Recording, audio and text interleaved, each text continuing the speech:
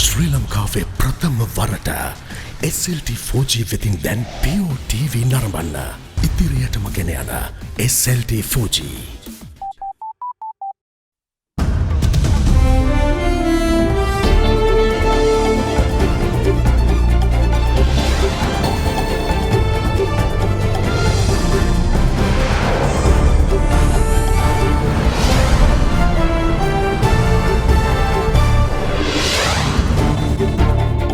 අද 2020 මැයි 1 සිකුරාදා සිරස්තල කොවිඩ් ආසාදිතයන් ගණන 674ක් දක්වා ඉහළට 18 දෙනෙකු පූර්ණ සුවය ලබා පිටවයක් මෙවරත් මැයි පෙළපාලි නෑ ඇඳිරි නීතිය තිබියදී සෝදු ක්‍රීඩා කළ සමගි ජනබලවේගයේ මහනුවර අපේක්ෂක ඇතුළු 8ක් රිමාන්ඩ් PCR පරීක්ෂණයකට යොමු කරන ලෙසත් අධිකරණයේ නියෝග. කිරි ඉල්ලුම සපයන්න දේශීය කිරි ගොවීන්ට අවස්ථාවක්. දේශීය කිරි නිෂ්පාදනය අද තියෙන තත්ත්වයෙන් 50%කට එහා පැත්ත ප්‍රමාණයක් අපිට වැඩි කරගන්න අපිට හැකියාව තියෙනවා. නව ලයිෆ් බොයි ඔලිව් විෂබීජ වලින් 100%කින් වැඩි ආරක්ෂාවක්. ලයිෆ් බොයි ආරක්ෂාවෙන් නොබියව ඉදිරියට. From Ada Derana, this is Ada Derana Prime Time with Naomi Fernando and Kalindu Karuna Ratna. Live from Studio 24 in Colombo. ආයුබෝවන්. ඔබ මේක්වන්නේ ශ්‍රී ලංකාවේ අංක 1 සහ විශ්වසනීයම පුවත් විකාශය අද දෙරණ 6:55 සමගින්. නව COVID-19 ආසාදිතින් 9 දෙනෙකු අද හඳුනා ගැනීමත් සමග මෙරටින් හඳුනාගත් ආසාදිතින්ගේ සංඛ්‍යාව මෙවන විට 674ක් දක්වා ඉහළ ගොස් තිබෙනවා. නාවික හමුදා සමාජිකයින් 3 දෙනෙකු නාවික සෙබළුන් ළඟින් ඇසුරු කළ 5 දෙනෙකු හා කොළඹින් වාර්තා වූ එක් ආසාදිතයෙකු අද හඳුනාගත් 9 දෙනාට අයත්. ඒ අතර ඊයේ දිනය තුල පමණක් පූර්ණ සුවය ලබා රෝහල් වලින් පිටව ගිය ආසාදිතින් ගණන 18ක්.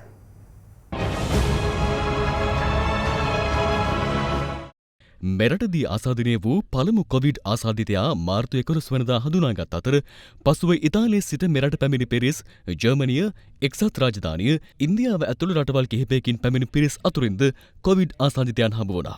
ඉන්පසු ප්‍රදේශ කිහිපයකින් ආසාදිතයන් වාර්තා වූ අතර එලෙස පැතිරුණු පොකුරු 31ක් වරින් වර හඳුනා ගැනීමත් සමග එම සෑම ප්‍රදේශයක්ම හුදකලා කොට වෛරසය පැතිර යාම පාලනයට ආරක්ෂක අංශ සහ සෞඛ්‍ය අංශ පියවර ගත්තා. සංචාරක මඟ පෙන්වන්න එයා ආශ්‍රය කරපු 64 දිනකින් යුක්ත පොකුරක් හම්බුණා. ජර්මනියේ ඉඳලා යාළුවෝ දෙන්නෙක් ඇවිල්ලා එක්කෙනෙක් හැංගිලා හිටියා. ඊට පස්සේ එතනින් මැණික් ව්‍යාපාරිකයට ගියා ඒ පොකුර. මත්කුඩු ලෝලියත් එක්ක සම්බන්ධ වෙච්ච ජායල සුදුවැල්ලේ පොකුර, අකුරණ පොකුර, අටලුගම පොකුර මේ පොකුරු 31ක් නිර්මාණය වෙලා තිබුණා. මේ ක්ලස්ටර්ස් වලින් දැන් 27ක්ම අකර්මණ්‍යයි. ඒ කියන්නේ ඒවා දැන් විවෘත වෙලා තියෙනවා. රෝගීන් බිහි වෙන්නේ නැහැ. එතකොට තවත් පොකුරු 4කිනුත් පොකුරු 3ක්ම අකර්මණ්‍ය වෙමින් පවතිනවා. ඉතින් මේක ඊටාම සාර්ථක තත්වයක් මේ අපේ බුද්ධි සේවා එක්ක සිදු කරපු සුදුවැල්ලෙන් හම්බෙච්ච මේ මත්ද්‍රව්‍ය වලට ඇබ්බැහි වෙච්ච පුද්ගලයා. මොහු පමුණුගමින් අත්අඩංගුවට ගත්තා. ඒ වෙනකොටත් ඒක නාගලගම් වීදියට ඇවිල්ලා තිබුණා. නාගලගම් වීදියේ තව පොකුරක් නිර්මාණය වුණා. මේ මත්ද්‍රව්‍ය නිසාම.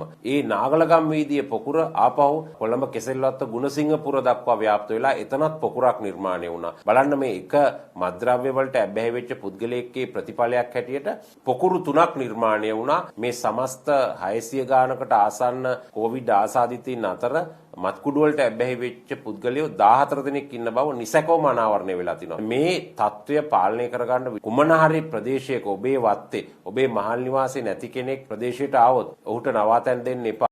ජායල සුදුවැල්ල ප්‍රදේශයෙන් ආසාදිතයින් හඳුනා ගැනීමේ කටයුත්තේදී සේවයෙන් නිරත වූ නාවික හමුදා බටයන් පිරිසකට කොවිඩ් වෛරසය ආසාදනය වූයේ මෙවන් පසුබිමකයි. ඒ අනුව මෙරටදී ආසාදනය වූ පළමු COVID-19 ආසාදිතයා හඳුනාගත් මාර්තු 11 වනදා සිට ගෙවුණු සති 7ක කාලය තුළ වැඩිම ආසාදිතයන් ගණනක් වාර්තා වුණේ ගෙවුණු සතිය තුළදී. එම සතිය තුළදී හඳුනාගත් COVID-19 ආසාදිතයන් සංඛ්‍යාව 309ක්. පළමු නාවික හමුදා ආසාදිත සෙබලා හඳුනා ගැනුණු ඉකුත් අප්‍රේල් 22 වනදා සිට අද දහවල් 12:30 දක්වා කාලය තුළ අලුතින් හඳුනාගත් COVID-19 ආසාදිතයන් ගණන 354ක් වන අතර ඊට අතුලත් නාවික හමුදා සමාජිකයින් සහ ඔවුන්ගේ ආශ්‍රිතයින් ගණන 273ක්. එනම් වැලිසිර නාවික හමුදා කඳවුරේ සෙබළුන්ට වැළඳීමෙන් පැතර ගිය නියැදිය හැරුණකොට ගෙවුණු දින 9ක කාලය තුළ බාහිර නිරෝධායන කඳවුරු සහ ශ්වේත්‍ර පරීක්ෂණයන්ගෙන් හමු වී ඇත්තේ කොවිඩ් ආසාදිතයන් 81 දෙනෙකු පමණයි. හඳුනාගත් COVID-19 ආසාදිත පුද්ගලයින් 16 දෙනා අතරින් 9 දෙනෙකු නාවික හමුදා කඳවුරේ සමාජිකයින් වනවා. තවත් 5 දෙනෙකු ඔලවිල් නිරෝධායන මධ්‍යස්ථානයේ නිරෝධායනයට ලක්වෙමින් සිටි සුදුවැල්ල ප්‍රදේශයේ පදිංචිකරුවන්. අනෙක් පුද්ගලයින් දෙදෙනා නිරෝධායන මධ්‍යස්ථානයකින් සහ නාරාහීන්පිට දාබරේ මාවතින් හඳුනාගෙනු අතර ඔවුන් සියලු දෙනා ක්ෂේත්‍ර ආවේක්ෂණ වලින් තහවුරු කරගත් පුද්ගලයින් වීම විශේෂත්වයක්. මේ අනුව නාවික හමුදා බටයින් ආසාදිත වෙලා හමුවීම තවදුරටත් කෙරෙනවා. නමුත් සංඛ්‍යාව අඩු වෙලා තියෙනවා. මොකද සියල්ලම පහේ ක්‍රමක්‍රමයෙන් සොයා ගැනීම නිසා අපි අත්ත වශයෙන්ම පාලනය අතට අරන් ඉන්නවා කිව්වට කමක් නැහැ. මොකද අපි හඹා යනවා රෝගීන්ට. විශේෂයෙන්ම බස්නාහිර පළාතේ අපි දැන් හදලා තියෙනවා මේ PCR පරීක්ෂණ කිරීමේ ශ්‍රී ලංකාවටම යම්කිසි ඇල්ගොරිතම් එකක්. උදාහරණයක් හැටියට කොළඹ මහනගර සභාවේ මේ බිම් මට්ටමේ වැඩ කරන සියලුම සේවක කණ්ඩායම්වල සාම්පල් විදියට PCR පරීක්ෂණය සඳහා තෝරා ගැනීම කරනවා. ඒ වගේම ඇතැම් විට වෙනත් ආයතන වන්න පුළුවන්. අපිට තේරෙනවා නම් ත්‍රිරෝද රථ රියදුරන් වෙන්න පුළුවන්. යම්කිසි ජනාකීර්ණ විදියට ජීවත් වෙන උදවිය වෙන්න පුළුවන්. ඒ වගේ නියැදි අරගෙන පරීක්ෂා කිරීම කරනවා. ඉතින් මේ වයින් අපිට ඇත්ත වශයෙන්ම විශාල වශයෙන් හමු වෙලා නැහැ. අපි කරන පරීක්ෂණ ප්‍රමාණයට අනුව සුළු සංඛ්‍යාවක් තමයි රෝගීන් හමු වෙන්නේ. ඊයේ දිනේත් ඇත්ත වශයෙන්ම PCR පරීක්ෂණ 1397ක් කරනු ලැබුවා. මේ අතර ඔලුවිල් නිරෝධායන මධ්‍යස්ථානයේ රැඳී සිටි පුද්ගලයන් සිව් දෙනෙකු COVID-19 ආසාදිතයන් බව ඊයේ පස්වරුවේ හඳුනා ගැනුණා. එම ආසාදිතයන් පදිංචිව සිටියේ ජායල පාරිස් පෙරේරා මාවත සහ කළුපාලම යන ප්‍රදේශවලයි. යනුව ජායල මහජන සෞඛ්‍ය පරීක්ෂකවරුන් සහ ජායල පොලිස් නිලධාරීන් අද එම නිවස වෙත පැමිණ කරුණ විමසුවා. ඔයා කවුද යාගේ? කැස්ස තියනවද නේ? කැස්ස විතරද? දමාරේ ගාම පොත් එහෙම කඩ කඩ හිටියේ. නෑ හම්බුනේ නෑ. මම පොස් කරන්න උද්ගස් නගින්න කරන්නේ. නියවලල්ලක් තියෙනවා තවුද පොල් ගන්න යනවා. කපාගත්තේ වනේ තියෙන්නේ. නෑ. ඒ කපාගත්තා නේ ලව් ස්ටෝරි. ලව්. ඇත්ත කියන්නේ. ඇත්ත සබුරු කියන්නේ. මොකද නෙවෙයි. මේ පොඩි ළමයි මේකක් කියන ඔක්කොම මැරෙන්න වෙයි. ඒකයි කියන්නේ. මේ බයිලා කතා කරන්න එපා. ඒක හැදෙන්නේ මාසයක් ගිල්ලත් හැදෙන්න පුළුවන්. ඒකට සිගරට් එක ගහලා කුඩු ගහලා මේවා කරපුවාම අනිවාර්යෙන් එනවා. හරිද? බොරු කියලා වහන්න බෑ ඒවා. යනු ආසාදිතයින්ගේ පවුල්වල පිරිස් එම නිවස් තුළදීම ස්වයං නිරෝධායනයට ලක් කිරීමට පියවර ගත් අතර ඔවුන් සියලු දෙනා හෙට දිනේදී PCR පරීක්ෂණයට ලක් කරනු ඇති. කිසිම කෙනෙක් යන්න එපා ගෙදරින්. කිසිම හේතුවකට යන්න බෑ. ඒ නිසා ඔයාලා නිරෝධායන ලක් කරලා තියෙන්නේ දින 20ක් අපි දාලා තියෙනවා. උඩ කැස්ස හෙම්බිරිස්සාව උස්ම ගැනීම අපහසුව. රෝග ලක්ෂණ තියෙනවා නම් අනිවාර්යයෙන්ම මට කතා කරන්න. මං ඔයාගේ තව දෙන්නෙක්ගේ මිනේ එදා ගත්තේ.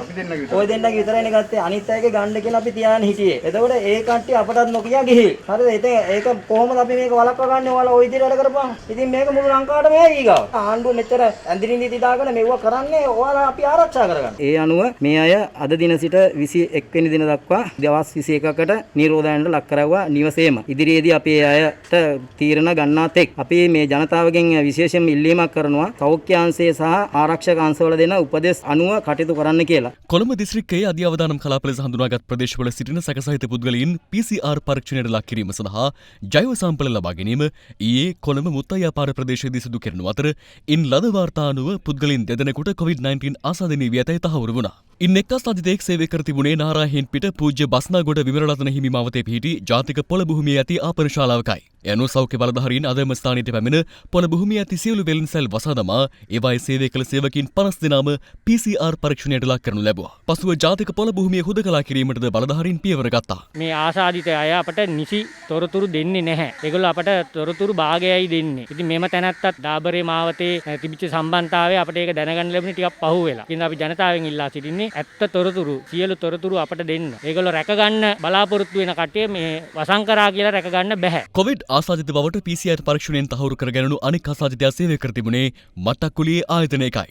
යනුවෙම ආයතනය අද සම්පූර්ණයෙන් වසා දැමුණේ කිසිවෙකුටත් ආයතනය තුළට ඇතුළුවීම හෝ පිටවීම නවතා තබමින්. අද දෙරණ වාර්තාකරු සඳහන් කළේ අදාළ ආයතනයේ සේවය කරමින් සිටි සේවකයින් 45 දෙනෙකු අද PCR පරීක්ෂණයට ලක් කරනු බවයි. ඔහු නිරන්තරයෙන්ම නාවික හමුදාවට සහ වෙනත් හමුදාවලට රජයේ රෝහල් වලට නිරන්තරයෙන් මේ ඔක්සිජන් සැපයීම සිදු කරලා තියෙනවා. ඒ සිලින්ඩර් සැපයීම එවැනි දේවල් නාවික සෙබලා සමග ගැටුණු සහ නිරන්තරයෙන් ඒ භාණ්ඩ හුවමාරු කර ගැනීම නිසා ඔවුන්ට සැකයක් මතුවලා තිබුණා. එම ඔක්සිජන් කම්පැනි එක විසින් මේ අධික එහෙම නැත්නම් වැඩි අවදානම් කොටසක් PCR පරීක්ෂණය සඳහා යොමු කරන ලෙස ඉල්ලා සිටියා පෙරේදා දිනේදී මේ අනුව ඔහුගේ ඒ කණ්ඩායමේ සිටින අනිකුත් 45 දෙනා අද දින PCR පරීක්ෂණයට යොමු කරනු ලැබුවා. ඊට අමතරව එම පුද්ගලයා රෝහල්ගත කළා. ඉතුරු 57 දෙනා නිරෝධායනය සඳහා යොමු කරනු ලැබුවා. මේ අතර COVID-19 ආසාදිතයෙකු හඳුනා ගැනීමත් සමග හොරණ බොරළුගඩ අපනයන සැකසුම් කලාපයේ කර්මාන්ත ශාලා කිහිපයක කටයුතු තාවකාලිකවත් හිරුවා තිබෙනවා.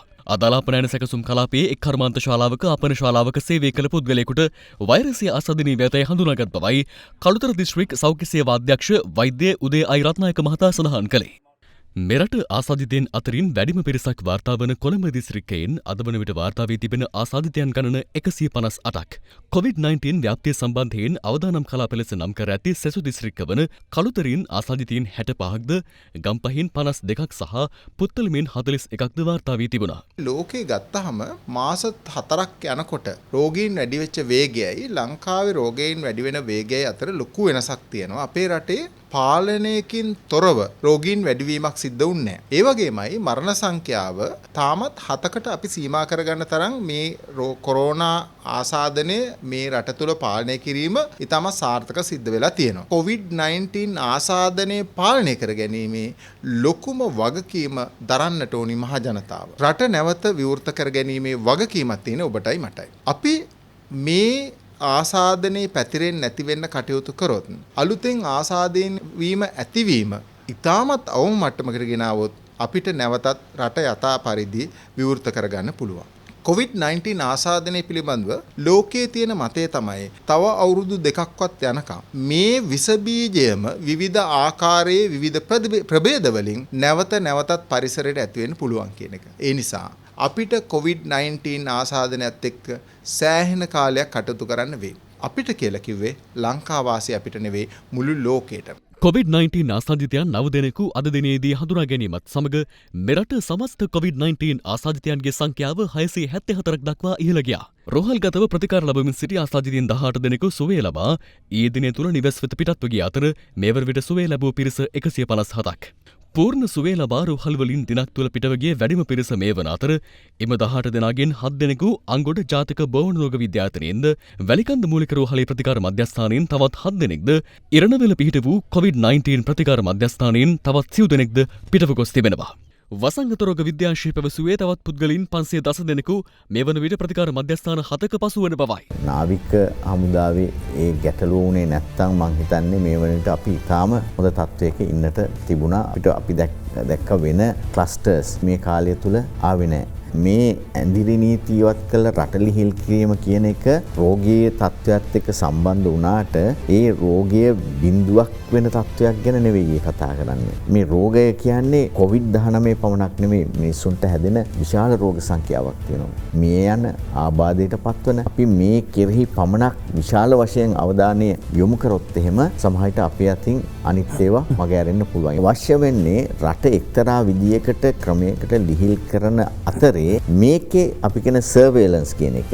අපි දැන් කරන්නේ ඇක්ටිව් සර්වේලන්ස්, පැසිව් නෙවෙයි. ඒකට ඒ தત્ත්වය අපි පවත්වා ගත යුතුයි. දැන් මේ ලැබිලා තියෙන නිදහස ගැන අපි හිතන්න ඕනේ. මේ වෙලාව අපිට දීලා තියෙන මේ මාසෙකමාර අපි මේක බලන් ඉන්න නෙමෙයි දීලා තියෙන්නේ. අපිට මේක සූදානම් වෙන දීපු කාලයක්. අපි රෝගීන් ගන්න පාලනය කරගෙන පෙර සූදානමක් ඇති කරගන්න රට තුල. කොහොමද අපි මේකට සැරසෙන්නේ? අගෝස්තු මාසයේ අපි තීරණය කරොත් පාසල් අරින්න කියලා උදාහරණයක් වශයෙන් ගමුකෝ. අපි අමාරුම දෙම ගමුකෝ. ඒකට අපි ලෑස්ති වෙන්න ඕනේ. ඒතර අපි අගෝස්තු මාසයේ පාසල් ඇරෙනවා කියලා උදාහරණයක් වශයෙන් ගත්තොත් ඒ පාසල් අරන ක්‍රමය අපිට සම්පූර්ණ වෙනස් කරන්න වෙනවා. පාසලට යන දරුවන් අතර මේ රෝගය සුළු වශයෙන් හෝ පැතිරුණොත් අපි දන්නවා දරුවන්ට රෝග ලක්ෂණ පෙන්වන්නේ නැහැ බොහෝ වෙලාවට. හැබැයි ඒ අය ගෙදර ආවට පස්සේ ගෙදර ඉන්න ආච්චිට සීයට එහෙම නැත්නම් වැඩිහිටියට මේ රෝගය පතුරවන්න පුළුවන්. දැන් මේක අපි කොහොමද පාලනය කරන්නේ? සියලු දරුවන් එකපාරට පාසලට එවන්න බැරි වෙයි. විභාගේ තියෙන පන්ති සමහරට මීට වඩා දුරස්ථ භාවය ඇතුව පටන් ගන්න පුළුවන් වෙයි.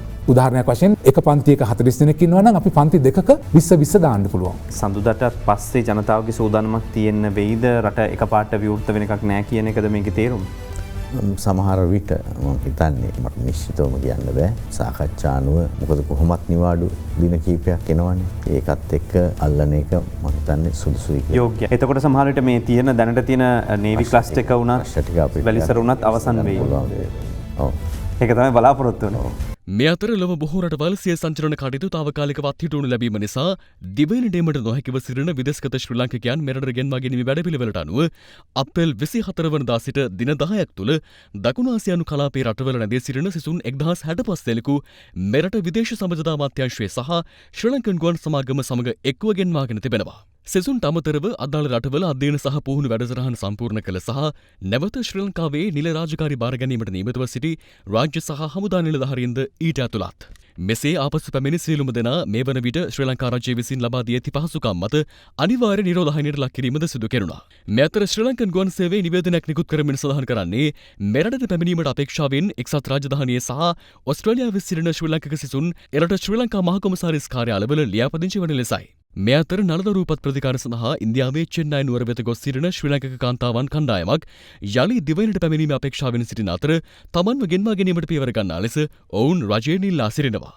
මම ඇතුළුව මගේ කණ්ඩායමේ 21 දෙනෙක් පමණ සිටිනවා. එකෙන් බහුතරයක් රාජ්‍ය සේවකයෝ. මගේ කණ්ඩායමේ 7 දෙනෙක් ඉන්නවා ගැබිරි මව්වරුන්. අපි තාම දුෂ්කරතාවයට පත්ලා සහ මානසික මැද වැටිලා ඉන්නේ. ඇත්තටම අපි දරු සම්පතක් වෙන්නේ විශාල වශයෙන් කායික මානසික සහ මූල්‍ය වශයෙන් විශාල කැපකිරීමක් කරා. ඉතින් අපි මෙච්චර අමාරුවෙන් ලබාගත් දරු සම්පත මේ සියලු දේවල් අපිට නැති වෙලා යයිදෝ කියන බිය අපිට තියෙන නිසා අපි අතිගරු ජනාධිපතිතුමාගෙනුත් තා ගෞරවයෙන් ඉල්ලා සිටිනවා. අපි ගැන නැතත් අපේ මේ කුසවල් වල වැඩෙන දරුවෝ ගැනවත් හිතලා හැකි ඉක්මනින් අපිව අපේ මවුරට ගෙන්න කණ්ඩ. කොරෝනා වෛරසය පැතිරීම වළක්වන්න සබන් යොදා දෑත් සෝදන්න. මැයි 4 වැනිදා සිට 8 වැනිදා දක්වා ජාතික වෙසක් සතිය ප්‍රකාශයට පත් කර ඇති බව බුද්ධ ශාසන අමාත්‍යාංශය පවසනවා. කෙසේ වෙතත් එක් රැස්වීමෙන් තොරව නිවෙස්වල ආගමික වතාවත්වල නිරත වෙමින් සම්බුදු තෙමගුල සමරන ලෙස බෞද්ධ කටයුතු කොමසාරිස් ජෙනරාල් සුනන්ද කාර්යපෙරුම මහතා ඉල්ලා සිටිනවා. මැයි මස 7 වෙනි බ්‍රහස්පතින්දා වෙසක් පුන් පොහොය උදාවනවා. වෙනත් සෑම වසරකම බෞද්ධ ජනතාව ආමිස සහ ප්‍රතිපත්ති පූජාවල නිරත වෙමින් වෙසක් සැමරීම සිදු කළද මෙවර පවතින ඇදිරි නීති තත්ත්වය සැලකිල්ලටගෙන එම කටයුතු නිවෙස් වලටම සීමා කරන ලෙස රජය ඉල්ලා සිටිනවා. මෙවර රාජ්‍ය වෙසක් උත්සවය ත්‍රිනිකායික මහනා හිමිවරුන්ගේ ප්‍රධානත්වයෙන් මැයි 6 වෙනිදා සංකේතාත්මකව අරලීගහ මන්දිරයේදී පැවැත්වෙනවා. ආමිකව අරලීගහ මන්දිරයේදී ගරු අගමැතිතුමාගේ ප්‍රධානත්වයෙන් පැයක තියෙනවා වැඩසටහනක්. එතෙන්දී මට ඊයේ දැනුම් දුන්න අග්‍රාමාත්‍ය කාර්යාලයෙන් අපේ උපරිම 12 දෙනෙකුට සීමා කරන්නයි කියලා සහභාගීත්වය. වෙසක් පුන් පොහොය දින ක්‍රියාත්මක වන සීල භාවනා වැඩසටහන. අපි බලාපොරොත්තු වන්නේ නිවස කේන්ද්‍ර කරගත්ත දාන සීල භාවනා වැඩසටහනක් තමයි මෙවර ක්‍රියාත්මක වෙන්නේ වෙසක් දිනය පදනම් කරගෙන. ඒ නිසා අපේ රටේ වැඩි ජනතාවට වැඩි පිරිසකට පුළුවන් සිල් සමාදන් වෙන්න පුළුවන් තමන්ගේ නිවසේ මේ ශාලයේ ඉඳලම. වෙසක් සතිය ක්‍රියාත්මක වෙනවා 4 වෙනිදා සිට 8 වෙනිදා දක්වා. මේ අතර වෙසක් උත්සවය නිමිත්තෙන් ත්‍රිනිකායික මහානායක හිමිවරුන් වෙසක් දින පණිවිඩයක් නිකුත් කර තිබෙනවා. එහි දැක්වෙන්නේ COVID-19 වසංගත තත්ත්වයේ පදනම් කරගෙන ජනතාවගේ ජීවිත ආරක්ෂාව සලසාලීමේ අපේක්ෂාවෙන් තම තමන්ගේ නිවෙස්වලට පමණක් සීමා වෙමින් ආගමික වතාවත් පවත්වන ලෙසයි. එමෙන්ම දිවයිනේ සියලු විහාරස්ථානවල හා ඉන් පිටතදී ජනතාව එක්රැස් වනසේ දාන සීල භාවනා වෙසක් තොරණ ආදී පුණ්‍යෝත්සව සංවිධානය නොකරන ලෙසද මහානා හිමිවරුන් ඉල්ලා සිටිනවා. රටේ උද්ගතව ඇති කොවිඩ් වසංගත ව්‍යාප්තියෙන් ජනතාව ආරක්ෂා කර ගැනීමේ අරමුණින් මෙවර වෙසක් උත්සවය සැමරීමේදී ජනතාව විසින් අනුගමනය කළ යුතු උපදෙස් මාලාවක් සෞඛ්‍ය අමාත්‍යාංශය විසින් ඉදිරිපත් කර තිබෙනවා. ඒ අනුව පුද්ගල දුරස්ථභාවය පවත්වා ගනිමින් ශබ්ද විකාශන යන්ත්‍ර භාවිත කරමින් පිරිත් සහ ධර්මදේශනා වැඩසටහන් සංවිධානය කිරීම සුදුසු බවයි සෞඛ්‍ය අමාත්‍යාංශය පවසන්නේ. වෙසක් කලාප දන්සැල් තොරණ ඇතුළු ජනතාව ඒකරාශී වන වැඩසටහන් පැවැත්වීමෙන් වළකින ලෙසද සෞඛ්‍ය අමාත්‍යාංශය ඉල්ලීමක් කර තිබෙනවා. වෙසක් දිනේදී නිවසින් පිටත අනවශ්‍ය ගැවසීම් සහ වෙසක් බැලීම සඳහා බැහැරව නොයන ලෙසද අදාළ උපදෙස් මාලාවෙන් දැනුම් දෙනවා. සිංහල දමිළ අවුරුද්ද ඔබ නිවසට වී සමරුවා සේම මේ බෞද්ධ ආගමික කටයුත්තත් තමන්ගේ නිවස තුළම සිදු කරන ලෙස. මේ වෙසක් සමයත් COVID-19 මර්ධනය කර ගැනීමට රටක ජනතාවක් විදියට එකට එකතු වෙලා අධිෂ්ඨානශීලීව මේ වෙසක් සමයේදීත් කටයුතු කරන ලෙස අපි ඔබෙන් ඉල්ලා සිටිනවා. සමස්ත ලෝකයේ කම්කරු ප්‍රජාව උත්කර්ෂවත් අන්දමින් සමරනු ලබන කම්කරු දිනය අදට යෙදී තිබෙනවා. පසුගිය වසරේ පාස්කු ප්‍රහාරය හේතුවෙන් මැයි දින සැමරීමක් සිදු නොවුණු අතර මේ වසරේදී COVID-19 වෛරසය හේතුවෙන් මැයි දින සැමරුම් පැවැත්වීමට හැකියාව ලැබුණේ නැහැ.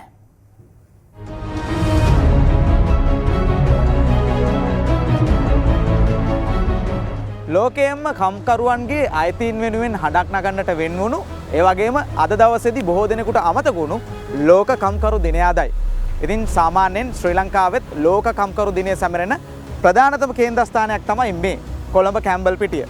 වෙනදට නම් කම්කරු දිනේ දවසට මේ ස්ථානයේ අපිට දකින්න ලැබෙන්නේ එකම හිස් ගොඩක් විතරයි. හැබැයි අද දවසේදී ඒ කවුරුත් මෙතනට ඇවිල්ලා නැහැ. මේ වගේම තමයි කොරෝනා වෛරසයේ තර්ජනය නිසාවෙන් ලෝකේ සෑම තැනකම වගේ කම්කරුවන්ට අද දවසේදී කම්කරු දිනය සමරන්නට අවස්ථාව උදා වුණේ නැහැ. මෙවර කම්කරු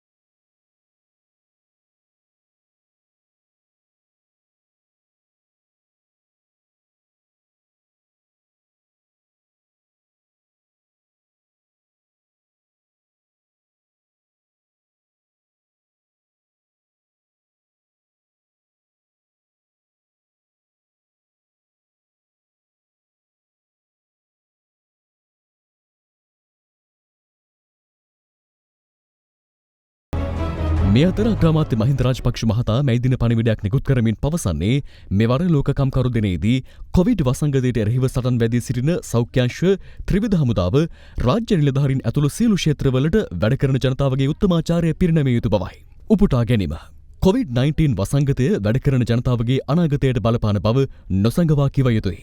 අප විදේශගත ශ්‍රමිකයන්ද ලංකාවේ විදේශ ආයෝජන මත යැපෙන කර්මාන්තවල සේවකයන්ද සංචාරක ව්‍යාපාරය ආදී කර්මාන්තවල නියැලෙන්නන්ද කොවිඩ් වසංගතයේ අභියෝගයට මුහුණ දී තිබෙනවා.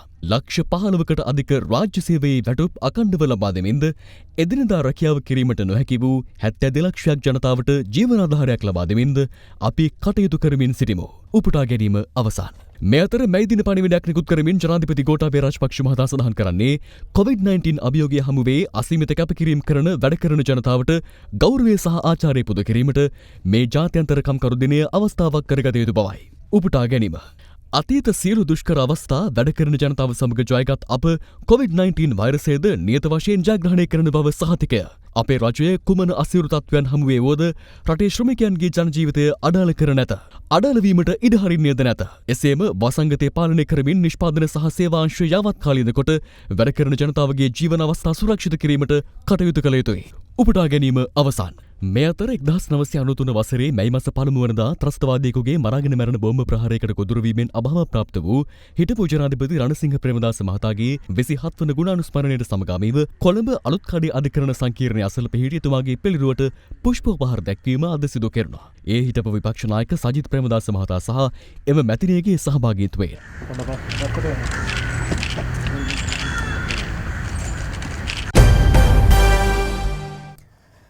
ඇඳිරි නීතිය පනවා තිබියදී සූදු ක්‍රීඩාවේ නිරත වූ සමගි ජනබලවේගේ මහනුවර දිස්ත්‍රික් අපේක්ෂකයෙකු ඇතුළු 8 දෙනෙකු එළබෙන 6 වනදා දක්වා රක්ෂිත බන්ධනාගාරගත කිරීමට හැටන් මහේස්ත්‍රාත් අධිකරණය අද නියෝග කළා. එමෙන්ම ඔවුන්ව PCR පරීක්ෂණයක් සඳහා යොමු කරන්නයිද මහේස්ත්‍රාත්වරයා බන්ධනාගාර නිලධාරීන්ට නියෝග කර තිබෙනවා. ඇඳිරි නීතිය ලිහිල් කෙරුණු දිස්ත්‍රික්ක 21 සඳහා ඊයේ රාත්‍රී 8 සිට යලි ඇඳිරි නීතිය පැනවීමත් සමග මේ වර විට සමස්ත දිවයිනටම ඇඳිරි නීතිය බලපැවැත්වෙනවා. එය එළඹෙන මැයි මාස 4 වන සඳුදා ඔලියම 5 දක්වා ක්‍රියාත්මක කරන බවයි ජනාධිපති කාර්යාලය නිවේදනය කළේ. ඉක්ුත් මාර්තු 20 වනදා ඇඳිරි නීතිය පැනවීම ආරම්භ වීමෙන් පසුව මේ දක්වා ඇඳිරි නීතිය උල්ලංඝනය සම්බන්ධයෙන් අත්අඩංගුවට පත් වූ සමස්ත පුද්ගලයන් ගණන 43012ක් වන අතර පොලිස් බහරයට ගැනුණු වාහන සංඛ්‍යාව 11142ක්. ඇඳරනීතිය පනවා තිබේදී ගිනිගත් හේන සංචාරක හෝටලයක සූදු ක්‍රීඩාවේ නිරත වූ නාවලපිටිය සමගි ජන බලවේගයේ ආසන සංවිධායක මෙන්ම එම පක්ෂයේ මහනුවර දිස්ත්‍රික් අපේක්ෂකයෙකුද වන සසංක සම්පත් සංජීව මහතා සහ ඔහුගේ ආධාරකරුවන් 7 දෙනෙකු ඊයේ පොලිස් අත්අඩංගුවට ගැනුණා. ඒ හැටන් කොට්ටාශ දූෂණ මර්දන එකකේ නිලධාරීන්ට ලද තොරතුරක් මත වටවල සහ ගිනිගත් හේන පොලිස් නිලධාරීන් සිදු කළ ඒකාබද්ධ වැටලීමකදී කෙසේ වෙතත් එම ස්ථානයේ සිටි තවත් පුද්ගලයන් 12 දෙනෙකු පලා ගොස් තිබෙනවා. අත්අඩංගුවට පත් සැකකරුවන් සමග සූදු ක්‍රීඩාවට රැගෙන ආ රුපියල් 62000ක මුදලක් සහ කාඩ් කුට්ටම් අපේක්ෂකයාගේ ජීප්‍රතිය සහ තවත් මෝටර් රථයක්ද පොලිස් බහරයට ගැනුණා. සැකකරුවන් 8 දෙනාම හැටන් මහේස්ත්‍රාත්වරයා හමුවට අද ඉදිරිපත් කරනු අතර එහිදී ඔවුන්ව එළඹෙන 6 වෙනිදා දක්වා රක්ෂිත බන්ධනාගාරගත කිරීමට නියෝග කෙරුණා. එමෙන්ම පොලිසිය විසින් කළ ඉල්ලීමක් සල්කා බැලූ අධිකරණය සැකකරුවන් 8 දෙනා කොවිඩ් වෛරසය හඳුනා ගැනීමේ PCR පරීක්ෂණයක් සඳහා යොමු කරන්නයිද බන්ධනාගාර නිලධාරීන්ට නියෝග කළා. රක්ෂිත බන්ධනාගාරගත කෙරුණු සමගි ජන බලවේගයේ මහනුවර දිස්ත්‍රික් අපේක්ෂක සසංක සම්පත් සංජීව මහතා නාවලපිටිය නගර සභාවේ හිටපු සභාපතිවරයාද වනවා. හිටපු නගරාධිපතිවරයා මේ ආකාරයට කටයුතු කිරීම කනගාටුදායක කරුණක්. ඔහු ඇතුළු සැකකරුවන් 8 දෙනා අද දින හැටන් මහේස්ත්‍රාත් අධිකරණය වෙත ඉදිරිපත් කිරීමෙන් අනතුරුව ලබන 6 වෙනිදා දක්වා රක්ෂිත බන්ධනාගාර ගත කිරීමට හැටන් මහේස්ත්‍රාත් අධිකරණය නියෝග කර තිබෙනවා. මෙවැනි වැටලීම් නිරන්තරයෙන් ශ්‍රී ලංකාව පුරා සිදු කිරීමට අපි බලාපොරොත්තු වෙනවා. සමාජ මාධ්‍ය ජාලා හරහා කුඩා ළමයින් අපරාධ කිරීමේ ප්‍රවණතාවක් දක්වන නැත්නම් කුඩා ළමයින් අපරාධ කරුවන් බවට ප්‍රකාශයට පත් කරන ඒ වගේම කුඩා ළමයින් අපරාධ වලට නැඹුරුතාවක් දක්වන යම් වීඩියෝ දර්ශන කීපයක් හුවමාරු වෙන බවට වාර්තා වී තිබෙනවා. මේ වීඩියෝ දර්ශන පිළිබඳව පරීක්ෂණ ආරම්භ කර තිබෙනවා. මේ වීඩියෝ දර්ශන යොමු කරපු අන්තර්ජාලයට මුදා හැරි පුද්ගලයන් ඒ වගේම ඒවා බෙදා හරින ලද නැත්නම් ෂෙයා කරන ලද පුද්ගලයන් පිළිබඳව විමර්ශන ආරම්භ කර තිබෙනවා. විශේෂයෙන්ම අපරාධ නීතිය යටතේ වරදක් සිදු කර තිබෙනවා නම් එවැනි අවස්ථාවකදී අවුරුදු 10ක කාලයක් දක්වා බන්ධනාගාරගත කිරීමේ හැකියාවක් අධිකරණයකට තිබෙනවා. ළමයින් සම්බන්ධයෙන් යම් ආකාරයක අපරාධමය ස්වභාවයක් වු කරන වීඩියෝ පට අන්තර්ජාලයට මුදා හැරි පුද්ගලයන් පිළිබඳව විශේෂ විමර්ශන ආරම්භ කර තිබෙනවා. ඉදිරියේදී ඔවුන් අත්අඩංගුවටගෙන අධිකරණයට ඉදිරිපත් කිරීමටත් ඒ සම්බන්ධයෙන් නඩු පැවරීමටත් බලාපොරොත්තු වෙනවා. දංකොටුව මැටිකුටුව ප්‍රදේශයේදී නීති විරෝධී මත්පැන් ප්‍රවාහනය කළ යතුරුපැදියක් නවත්වන්නේ අනකල පොලිස් නිලධාරීන් වෙත වෙඩි තබා පලා යාමට උත්සාහ කළ පුද්ගලයෙකු අද පොලිස් අත්අඩංගුවට ගැනුණා. වෙඩි ප්‍රහාරයෙන් කිසිවෙකුටත් තුවාල සිදු වී නැහැ. කළුතර කොට්ටාශ නොවිසඳුණු අපරාධ විමර්ශන ඒකකයට ලද තොරතුරක් මත අදාළුවේම වැලිපැන්න මඩවල කැලෑබදව පිහිටි නිවසක සිදු කළ පරීක්ෂාවේදී හෙරොයින් මත්ද්‍රව්‍ය කිලෝග්‍රෑම් 1ක් සහ රුපියල් 20000ක පමණ මත්පෙති සමග සැකකරුවන් 3 දෙනෙක් අත්අඩංගුවට ගැනුණා. මේ අතර ඇඳරිනීති බලපත්‍ර සහ හැඳුනුම්පත් පරීක්ෂා කිරීමේදී ආරක්ෂකාංශ නිලධාරීන්ට දුරස්ථ භාවය පවත්වා ගැනීමට උපකාරී වන උපකරණයක් කොටිකාවත්ත රාජසිංහ ජාතික පාසලේ සහ බොරැල්ල CWW කන්නංගර විද්‍යාලයේ සිසුන් දෙදෙනෙකු එක්ව නිර්මාණය කර තිබෙනවා.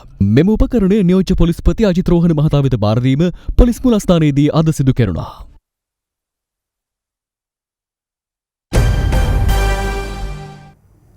COVID-19 වෛරසය තවත් වසර 2ක පමණ කාලයක් ලෝකේ පුරා ව්‍යාප්ත වනු ඇති බව ඇමරිකාවේ වසංගත රෝග විද්‍යාඥයින් පිරිසක් නිකුත් කළ නවතම වාර්තාවක දැක්වෙනවා. වෛරසය හේතුවෙන් අද වන විට සිදුව ඇති මරණ ගණන 2,33,000ක් වන අතර මුළු ආසාදිතයින් ගණන මිලියන 3.2ක් දක්වා ඉහළ ගොස් තිබෙනවා. ඊයේ රාත්‍රියේ අනාවරණ වූයේ රුසියානු අගමැති මිකායිල් මිෂස්ටින්ද කොවිඩ් වෛරසයට ගොදුරුව ඇති බවයි. කොවිඩ් ආසාදිතයින් වැඩිම යුරෝපා රාජ්‍ය වන ස්පාඤ්ඤයෙන් ආසාදිතයන් 2,13,435ක් වාර්තා වන්නේ එරට සමස්ත මරණ ගණන 24,543ක් දක්වා ඉහළ යද්දී. ඉතාලියෙන් ආසාදිතයන් 2,05,463ක්, එක්සත් රාජධානියෙන් 1,72,478ක්, ප්‍රංශුවෙන් 1,67,299ක්, ජර්මනියෙන් ආසාදිතයන් 1,63,900ක් වාර්තා වනවා. මේ අතර ආසියානු කලාපයේ වැඩිම ආසාදිතයන් පිරිසක් වාර්තා වන්නේ ඉරානයෙන්. එමගිය 94,640ක් වන අතර වෛරසය ආරම්භ වූ චීනයෙන් ආසාදිතයන් 83,956ක් වාර්තා වනවා. දකුණු ආසියානු කලාපීය ප්‍රබලයා වන ඉන්දියාවෙන් ආසාදිතයන් 35,043ක්, සෞදි අරාබියෙන් 22,753ක් සහ සිංගප්පූරුවෙන් ආසාදිතයන් 17,101ක් හඳුනාගෙන තිබෙනවා. මෙරට කිරි අවශ්‍යතාවය සපුරාලීමට දේශීය කිරි සමාගම් සූදානම් වුවද ඒ සඳහා අවශ්‍ය දියර කිරි ප්‍රමාණය මෙරට තුළ නිෂ්පාදනය නොවීම ප්‍රධාන ගැටලුවක්. ඒ සඳහා දේශීය කිරි නිෂ්පාදනය 60%කින් වැඩි කළ යුතු පසුබිමක ජාතික පශු සම්පත් සංවර්ධන මණ්ඩලයේ ඇති සැලැස්ම පිළිබඳව අද දින සොයා බැලුවා.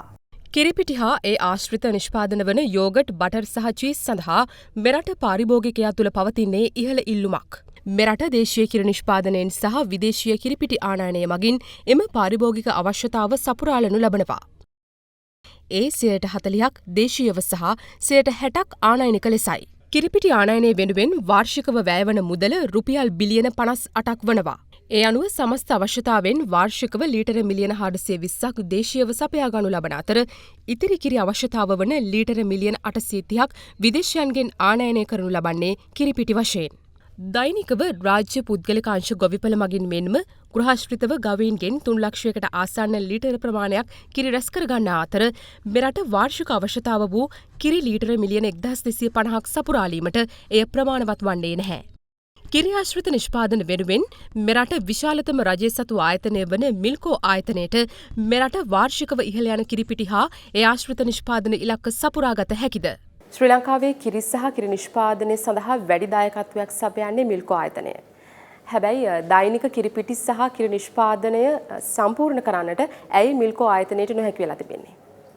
මිල්කෝ ආයතනයේ සතු ඒ හැකියාව තියෙනවා. අපි ප්‍රධාන වශයෙන් කරන්න ඕනේ අපේ රටින් කිරි එළදෙනුන්ගේ කිරි ලැබෙන කිරි ප්‍රමාණය වැඩි කර ගැනීම. කිරි එළදෙනුන්ගෙන් ලක්ෂ 7මාරක් ඉන්නවා. ඒ 7මාරෙන් ලක්ෂ 4මාරක විතරයි කිරි දොවන්නේ.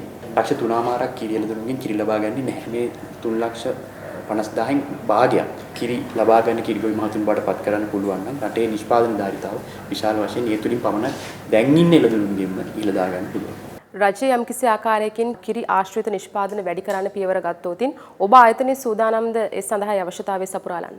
අපේ ආයතනය තුළ දැනටමත් නිෂ්පාදන ධාරිතාවක් තියෙනවා. දැනට අපි නිෂ්පාදනය කරන්න ඇත්තටම මේ ධාරිතාවෙන් 3න් එකක් විතර. තව 3න් 2ක ධාරිතාවක් තියෙනවා. ඉතින් මේ වෙනකොට අපිට දවසකට කිරි ලීටර් ලක්ෂ 4මාරක් අපිට නිෂ්පාදනය කරන්න පුළුවන් අපේ යන්ත්‍ර සූත්‍ර පාවිච්චි කරලා.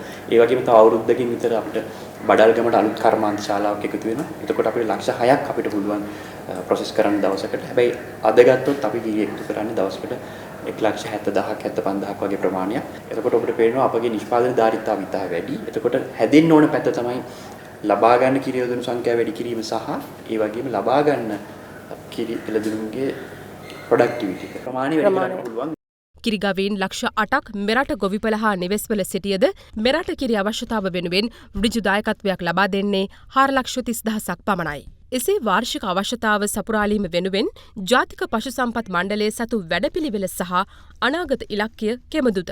මේ රටේ කිරි නිෂ්පාදනය නංවාලීම සඳහා අවශ්‍ය වෙන ප්‍රධානම දේ තමයි සතුන්ට අවශ්‍ය ඉහළ ගණේ තෘණ සහ ජලය. ඉතින් ඒ සඳහා අපිට අවශ්‍ය විශේෂම යන්ත්‍රෝපකරණ දැඩි හිඟයක් තියෙනවා. මේ අවශ්‍ය යන්ත්‍රෝපකරණ ලබා දීමට යම් කැපවීමක් කරන්න පුළුවන් නම් සියලුම ආයතනික මට්ටමින් මම හිතනවා මේ රටේ කිරි නිෂ්පාදන සඳහා අවශ්‍ය ධාරිතාව ලබා ගැනීම සඳහා අවශ්‍ය තෘණ නිෂ්පාදනය කිරීමේ අපිට විශාල හැකියාවක් තියෙනවා. ඒ තුලින් දේශීය කිරි නිෂ්පාදනය අද තියෙන තත්ත්වයෙන් 50%කට එහා පැත්ත ප්‍රමාණයක් අපිට වැඩි කරගන්න අපිට හැකියාව තියෙනවා. විදේශගත වන රුපියල් බිලියන 58ක මුදලින් අවම වශයෙන් 50%ක ප්‍රමාණයක්වත් ඉදිරි වසරක කාලය තුල අඩු කරගන්න අපිට හැකියාව තියෙනවා.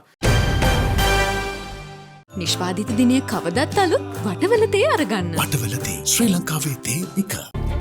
පාර්ලිමේන්තුව විසිරුවන අවස්ථාවක විසර්ජන පනතක් සම්මත වී නොමැති නම් ජනාධිපතිවරයාට අලුත් පාර්ලිමේන්තුවක් රැස්වී මාස 3ක් ගත වන තුරුත් අතුරු සම්මත ගිණුමක් මගින් වියදම් කිරීමේ බලය ව්‍යවස්ථා ප්‍රකාරව ලැබී ඇතැයි ජනාධිපති ලේකම් ආචාර්ය පී.බී. ජයසුන්දර මහතා පෙන්වා දී තිබෙනවා. පැවති පාර්ලිමේන්තුව යළි කැඳවන ලෙසට හිටපු මුදල් අමාත්‍ය මංගල සමරවීර මහතා පසුගියදා ජනාධිපතිවරයා වෙත එවන ලද ලිපියට පිළිතුරු ලිපියක් යොමු කරමින් ජනාධිපති ලේකම්වරයා මේ බව සඳහන් කළා.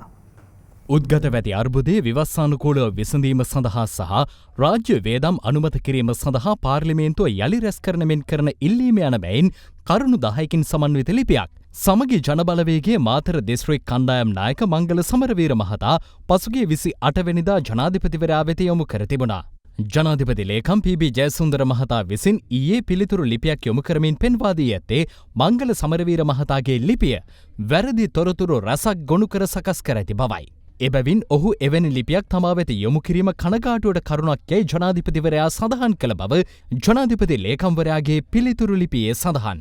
එමෙන්ම 2015 වසරේදී බලයට පත් වූ රජයට දින 21කින් අයවැයක් ඉදිරිපත් කිරීමට හැකි වූයේ 2015 මුදල් වර්ෂය සඳහා 2014 ඔක්තෝබර් මාසයේදී විසර්ජන පනත හා අදාළ අයවැය ඇස්සමේන්තු සම්මත වී තිබූ පරිසරයක් තුළ බව ලිපියේ සඳහන් නොවීම 2019 වර්ෂය සඳහා අනුමත අයවැය ඇස්සමේන්තු තිබේදී පොහොර ඖෂධ වැඩිහිටි සහන ඇතුළු දීමනා සඳහා රුපියල් බිලියන 182ක බිල්පත් නොගෙවීම යන කරුණු අදාළ පිළිතුරු ලිපියේ සඳහන් කර තිබෙනවා. හම්බන්තොට වරාය වැනි ජාතික වත්කම් විකුණා දැමුවද එයින් ලද විදේශ මුදල් වලින් විදේශ ණය නොපියවීම ගැනද ETI වැනි මූල්‍ය සමාගම් කඩා වැටි තැන්පත්කරුවන් අසරණ භාවයට පත්වීම ගැනද මංගල සමරවීර මහතාගේ ලිපියේ කිසිදු සටහනක් නොමැති බව ජනාධිපති ලේකම්වරයා යොමු කළ ලිපිය මගින් පෙන්වා දී තිබෙනවා. එමෙන්ම පාර්ලිමේන්තුව විසිරුවන අවස්ථාවක විසර්ජන පනතක් සම්මත වී නැතිනම් ආණ්ඩුක්‍රම විවස්සාවේ 153 වගන්තිය යටතේ අතුරු සම්මත ගිණුමක් මගින් අලුත් පාර්ලිමේන්තුවක් රැස්වී මාස 3ක කාලයක් සඳහා වියදම් කිරීමේ බලය ජනාධිපතිවරයාට පැවරී ඇති බවත් ජයසුන්දර මහතා එම ලිපියෙන් මංගල සමරවීර මහතා වෙත අවධාරණය කරනවා. එවැනි ප්‍රධාන නිරීක්ෂණ 7ක් ඇසුරින් පිළිතුරු ලිපි යොමු කර ඇති ජනාධිපති ලේකම්වරයා පෙන්වා දෙන්නේ නව ලිබරල්වාදී සමාජ හා ආර්ථික දර්ශනයක් තුළ කටයුතු කරන මංගල සමරවීර මහතා වැනි කෙනෙකු මැතිවරණය පවත්වා ජනතාවගේ ප්‍රජාතන්ත්‍රවාදී අයිතිය තහවුරු කිරීම සඳහා පුරෝගාමීත්වය නොදෙන්නේ ඇයිදැයි ජනාධිපතිවරයා සිය කනස්සල්ල පළ කර ඇති බවයි. මේ අතර පාර්ලිමේන්තුව යළි කැඳවන ලෙසට විපක්ෂය නියෝජනය කරන පක්ෂ කරන ඉල්ලීම පිළිබඳව අදත් පක්ෂ විපක්ෂ දේශපාලච්චීන් රැසක් අදහස් පළ කළා. පාර්ලිමේන්තුව කැඳවුවට කොරෝනාවලට විසුමක් නැහැ. මේ ගෙන යන වැඩපිළිවෙලට අදහස් යෝජනා තියෙනවනම් ඒක දෙන්න පාර්ලිමේන්තුවේ සීට් එකේ වාඩි වෙන්න ඕනේ. දැන් 4 වෙනිදා අගමැතිතුමා කැඳවලා තියෙනවා. අන්න යෝජනා අදහස් තර්ක විතර්ක කරගන්න පුළුවන්. 225 අරලියගහ මන්දිරයට කැඳවලා සෙල්ලම් පාර්ලිමේන්තුවක් කැඳවීමේ ප්‍රතිඵලය කුමක්? අපි දැනගන්න කැමතියි. ඒ නිසා අද අපි ලිඛිතව අග්‍රාමාත්‍යවරයා ඇතුළත දැනුම් දෙනවා. එය සාකච්ඡාවේ ඵල රහිත සාකච්ඡාවක්. අපි කිසිසේත්ම සෙල්ලම් පාර්ලිමේන්තුවට සහභාගී වෙන්න සූදානම් නොමැති බව. විසිරෝපු පාර්ලිමේන්තුවක් යලි කැඳවන්න බෑ. ඒ හරියට යම් කිසි තැනැත්තෙක් මිය ගියාට පසු ඔහුට නැවත පණ දීලා ගෙදර එන්න කියන වගේ කතාවක්. ආණ්ඩුක්‍රම ව්‍යවස්ථාවේ 150 ව්‍යවස්ථාවේ තුන්වන අනු ව්‍යවස්ථාව බොහොම පැහැදිලි ලෙස ජනාධිපතිවරයාගේ බලතල සඳහන් කර තිබෙනවා. එය 1978 ආණ්ඩුක්‍රම ව්‍යවස්ථාව සම්මත කරන අවස්ථාවේ පටන් මුල් ව්‍යවස්ථාවේ පැවති ප්‍රතිපාදනය. එම නිසා රාජ්‍ය තන්ත්‍රයේ ක්‍රියාකාරීත්වය සම්බන්ධව කිසිදු ගැටලුවක් මේ අවස්ථාවේ මතුවෙන්නේ නැහැ. රුපියල් 5000ක් දෙන්න එක පවුලකට එක සතියකට. මේ අනිත් රටවල් කරනවා මේක. මේ රුපියල් 5000ක් මේ මැද මුල්ලෙන් ගෙනලා දෙනවා නෙමෙයි. මේක බදු මුදල් පොදු ජනතාවගේ මුදල් ආපහු දෙන්නේ. තමුන්නාන්සේලා මහ බැංකුව මංකොල්ල කෑවේ නැත්තම් ඒ වගේම රටේ ආර්ථිකය සම්පූර්ණ නැත්තටම නැති කරලා දැම්මේ නැත්තම් ඒ වගේම කෘෂිකර්මාන්තේ වැට්ටුවේ නැත්තම් මං හිතන්නේ අද මෙවැනි තත්වයක් ඇති වෙන්නේ අපිට 25000 දක්වා වැඩි කරලා හරි මේ අහිංසක ජනතාවට ලබා දෙන්නට පුළුවන් හැකියාව තියෙනවා. ජපානයේ ප්‍රමුඛතම තීන්ත දැන් එස්ලෝන් නිවසින් කන්සයි එස්ලෝන් ලෙඩ නැති තීන්ත. ඇඳිරි නීතිය හේතුවෙන් දෛනික කටයුතු අඩාලව අසරණ වූවන්ට පිහිටවීම සඳහා මනුස්සත් දෙරණ ආරම්භ කළ ජාතික ක්‍රියාන්විතය අදත් ක්‍රියාත්මක වුණා. මනුස්සත් දෙරණ ක්‍රියාන්විතයේ 37 වන දිනය අදයි. COVID-19 වෛරස ව්‍යාප්තිය පාලනය කිරීමට පැන වූ ඇඳිරි නීතිය නිසා අසරණ වූ ජනතාවට සරණක් වන්නට අත්‍යවශ්‍ය ආහාර ද්‍රව්‍ය බෙදා දීමේ වැඩපිළිවෙල මනුස්සත් දෙරණ සහ ඩයලොග් ආයතනයක ආරම්භ කළා. එම ව්‍යාපෘති යටතේ මේ වන විට දිවයින පුරා විහාරස්ථාන කතෝලික මෙන්ම මුස්ලිම් දේවස්ථාන ළමා සහ වැඩිහිටි නිවාස සහ පාසල් 3350කට අධික සංඛ්‍යාවකට වියලි ආහාර ද්‍රව්‍ය පාර්සල් 49000කට අධික සංඛ්‍යාවක් මේ වන විට බෙදා දී තිබෙනවා.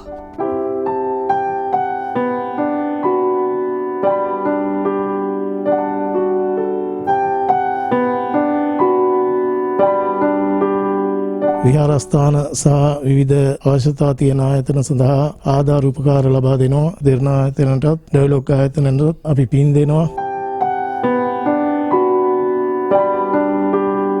අපි බෙහෙවින්ම ස්තුතිවන්ත වෙනවා මනුස්සත් දෙරණ සහ ඩයලොග් ආයතනයට.